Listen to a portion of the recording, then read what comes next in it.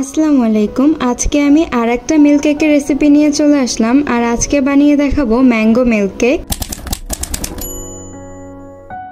এর জন্য লাগবে 4টা ডিম। 4টা ডিমের সাদা অংশ আলাদা করে নিচ্ছি। যখন ফোম হওয়া শুরু হবে তখন ধীরে ধীরে হাফ কাপ চিনি মিক্স করে নিব।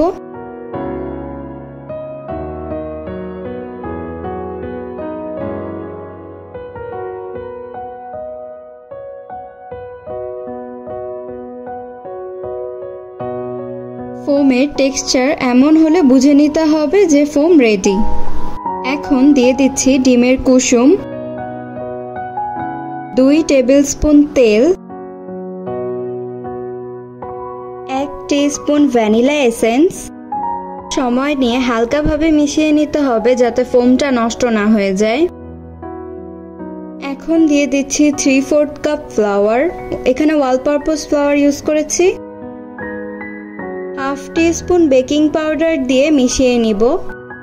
একটা কেক মোল্ডে ঢেলে নিচ্ছি। খেয়াল রাখতে হবে যেন বাবলস ক্রিয়েট না হয়। 30 মিনিটের জন্য বেক করে নিচ্ছি চুলাতে। প্রথম 5 মিনিট হাই ফ্লেম, এর পরের 25 মিনিট মিডিয়াম লো ফ্লেমে বেক করে নিব।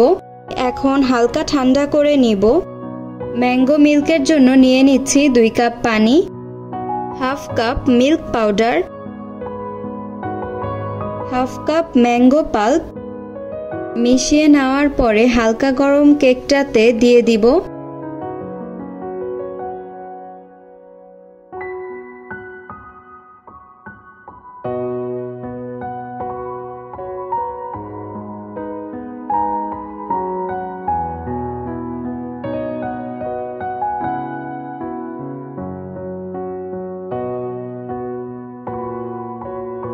Half cup whipped cream whip করে নিব।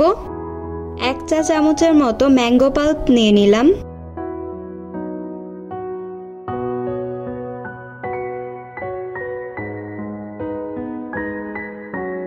মিল্ক দিয়ে দিচ্ছি, এরপরে হুইপ ক্রিমটা দিব।